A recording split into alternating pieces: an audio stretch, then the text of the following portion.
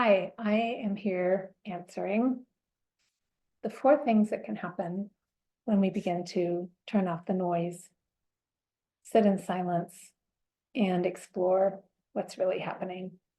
Our world is so noisy, especially right now. We have these devices that bring the news to us at any moment. This is a crazy year. There's a lot going on in politics. There's a lot happening in the world. There's a lot happening. There's a lot happening in our brains. There's a lot happening in our bodies. And what if we just turned off the TV, turned down the music, stopped the chatter, turned off the news? So we've been exploring the last 3 days, the past 3 days, what begins to happen. First, we begin to become aware of our thoughts. Then we begin to become aware of our physical sensations, what's happening in our body, our emotions, maybe our attitude that's going on in the background.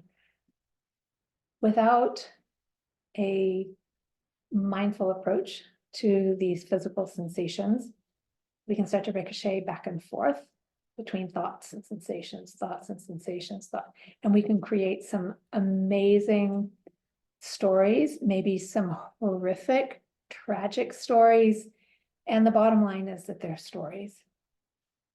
Maybe we can manifest that something that we're worried about actually does become true. And what I want you to know is that we can train our minds and we can ease the pain in our bodies with a mindfulness practice. My name is Beth Claxton. I'm a medical doctor. I'm board certified in obstetrics and gynecology, and I'm certified in functional medicine through the Institute for Functional Medicine. I also teach mindfulness-based stress reduction and have for 10 plus years. And I've been watching people transform their lives by beginning to slow down, turn down the noise, turn inward, and become responsible for their thoughts, for their pains, for their emotions, and begin to look at them in a different light, in a response mode instead of a reaction mode, in a place where we can show up on purpose in the present moment and without judgment. We can move from an ego and reactionary driven life to one where we begin to slow, we can stretch time, and we can heal our central nervous system, peripheral nervous system. The sympathetic nervous system can become parasympathetic. We can begin to increase the tone in our vagus nerve, which improves digestion, sleep, heart rate variability, and we can begin to affect the world around us. This all sounds like craziness. This is all science. This is all scientifically proven. There are multiple studies about all of it. And it, as I see, is one of the cores of healing. I'm not saying that you're going to cure your diabetes from learning to meditate, or you're going to cure your hypertension with meditation. Some people do. What is going to happen when we begin to slow down and we begin to activate the parasympathetic nervous system? We begin to create an environment in our body that's low inflammation, that's high vagal tone. And in this environment and in this container, our actions, our decisions, what we choose to do with our body and what we choose to put into it are interpreted differently by our body, by our genetics. We create a healing space for ourselves and for those around us. This is powerful, powerful, powerful stuff. So we talked about the three things that can happen when we turn down the noise, when we begin to sit in silence. thoughts. We start to become aware of thoughts. And then we become aware of physical sensations, our emotions, our attitudes that are going on. If we take a responsible approach and become disciplined and sit without judgment on purpose in the present moment, we can start to develop a response to all of this that's happening in us and around us.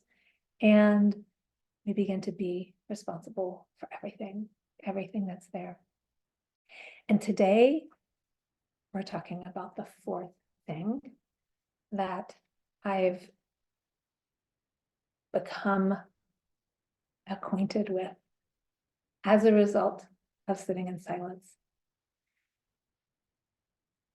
When a mindfulness practice is cultivated, when silence is honored, when we can slow down, when we can tone down the noise, something incredibly, I'll call it magical. It's not really that magical. It can happen with anybody. But what happens is we begin to become in touch with our intuition. The messages that we get from the inside, we develop a deep sense of knowing. We begin to have a relationship with our own guidance. We begin to find our purpose. It is becoming in touch with the divine. And it's not really that woo-woo. It's not as woo-woo as we want to make it, because it happens. It begins to happen with everyone. And it will come. It will develop the quiet mind. And what does this result in? How does this show up in our lives? We start to get questions answered. We start to get problems and quandaries solved. We get answers. We can create amazing ideas. We begin to co-create with the universe. And we begin to fulfill our dreams. It's true. It's 100% true. And I know that modern medicine would think I'm totally nuts for saying this. Everything that I've talked about through yesterday, completely scientifically proven. And I'm here to say that when we start to slow down and we develop this practice, you could ask any meditator, we develop a deep sense of knowing and a connection and relationship with our own guidance and inner intuition. People have so many amazing gifts that we can offer this world. And what it takes is turning off the noise, becoming acquainted with ourselves. What does this look like inside the body? It looks like lightness. It looks like ease. It looks like expanse. It's a healing space. It's a resolution of chronic symptoms. If that's what we want it to be, we get to create it. So this may sound scary. This may seem a little out there. It's not. It's really not. Sitting, trusting, and loving ourselves gets us to this place. I would love to hear anything you have to say, answer any questions that you have. I teach mindfulness-based stress reduction several times a year, and I love, love, love helping people find this place of inner space and ease and allowing what happens next to happen. Thank you for watching. I look forward to talking to you more about this.